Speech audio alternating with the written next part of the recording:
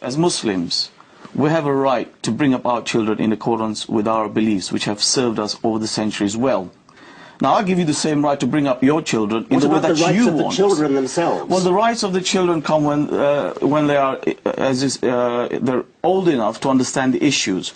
Until they get to that age, it's the parents' responsibility and duty. Do you teach them that apostates should be punished? You may not share that, but that is my religion. That is the way I've been brought up, and I bring that child into this world, I educate him, I give him everything. It's my right to make sure that I bring him, and I take issue with that. You think that it's wicked, well, that's your point of view.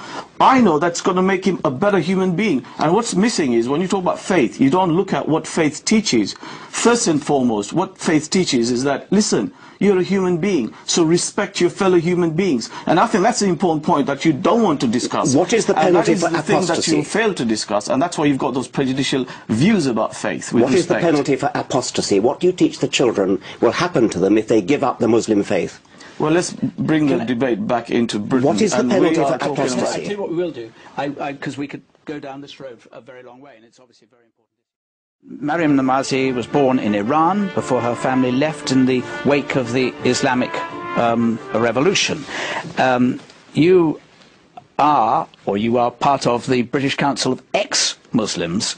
I presume that you believe religious principles are not entirely helpful to developing moral values. No, I actually think that oftentimes religious principles are actually quite immoral, to be quite frank. And I think that if you look at examples where girls are sexualized at a very young age, for example, if you look at Islamic schools where they're forced to veil, where they're taught that they're different from boys, where they're not allowed to listen to music, where they're completely segregated, and many such examples like that. I think, in fact, if there is any good morality that comes out of even religious education, it's not because of religion, it's oftentimes despite religion, and it's the result of an enlightenment and a vast social movement for 21st century values that have had an effect on religion as well. Let me bring in, I will come to you in a moment. Let me bring in Mohammed Muqaddam in response to that. I don't want to misreport, but at Muslim schools, the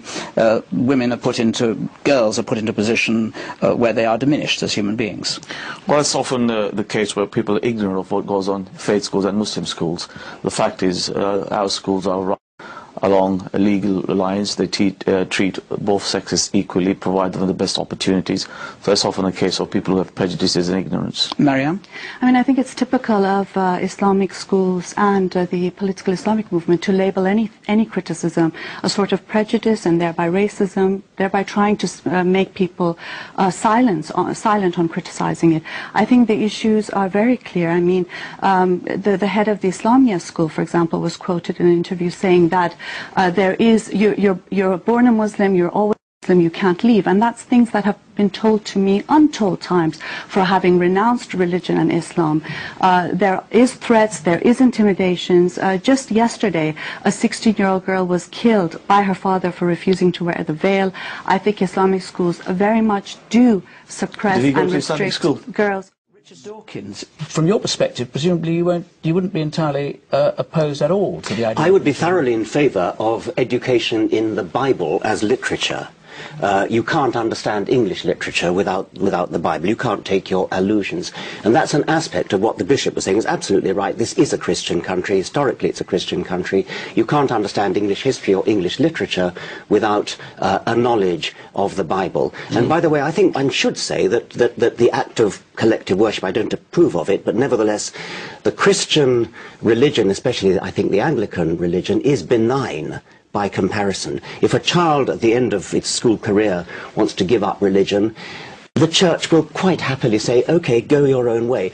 The penalty for apostasy in the Christian religion is not death. There is no penalty for apostasy at all in the Christian religion. The Christian religion is comparatively benign, and we should respect it as such. Richard Dawkins, does a God-shaped perspective or set of values do any harm to the way in which children should be taught at schools? Thou shalt have no other God before me, thou shalt make no graven image, thou shalt keep the Sabbath holy. What on earth's that got to do with anything to do with morals? That's the Ten Commandments, or at least 3 of them. It would be deeply depressing if the only way children could get moral values was from religion, either from Scripture, and God knows we don't want them to get it from Scripture, I mean, just look at Scripture, or from God, being intimidated by God. Anybody who is good for only those two reasons is not really being good at all.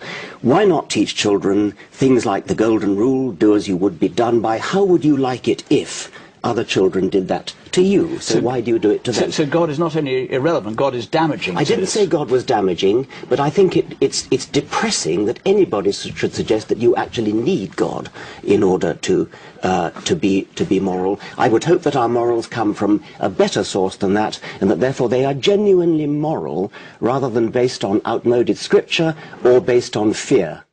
Professor Dawkins said, if a child is born into a family given a certain religion, when that child growing up basically knows more about their religion, and as they grow up they learn about other religions and choose, and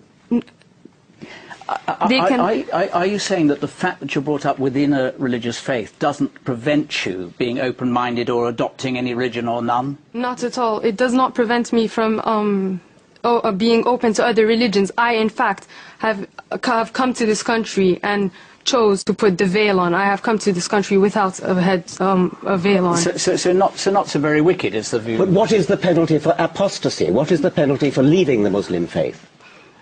To be honest, I cannot back that point up. Dr. Mukadam, what is the penalty for apostasy? And, before... We keep coming down this apostasy. Well, give us a quick answer on what is the penalty for apostasy, and then we'll come and do it this way. You very well know, if it's an Islamic country, then the Sharia is very clear. Apostasy is dealt with the death penalty. Thank you, that's all I want to hear. But what's the relevance between what happens in an Islamic country and Great Britain? I fail to see the connection. Okay, I see a great connection.